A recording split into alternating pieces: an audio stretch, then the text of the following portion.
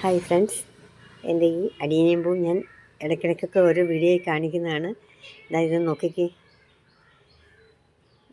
ഇത് കണ്ടോ, ഇത് ഒരു ഫുൾ ചെടി പൂവായിട്ട് വിടരാറില്ല, ഇങ്ങനെ മുറിഞ്ഞ്. ആദ്യമൊക്കെ ഞാൻ വിചാരിച്ചു നല്ല വെയിൽ കൊണ്ട് അത് പൊട്ടിക്കീറി പോയതായിരിക്കുമെന്ന്.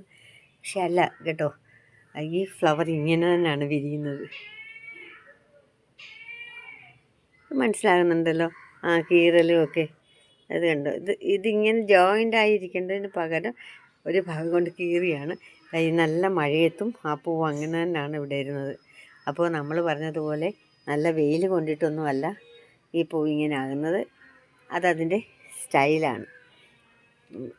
യഥാർത്ഥത്തിൽ ഇത് നല്ലതുപോലെ വിരിഞ്ഞ് നിൽക്കേണ്ട, ഇത് ഫുള്ളായിട്ട് ബ്ലൂം ചെയ്തിരിക്കുന്ന ഒരു ഫ്ലവർ ചെടി എൻ്റെ കയ്യിലുണ്ട്, ഇതിങ്ങനെ ഇരിക്കുന്നത്. ഇത് പക്ഷേ ഈ പൂ എപ്പോൾ പൂത്താലും ഇതിങ്ങനെ കീറിയിരിക്കുന്നതാണ്.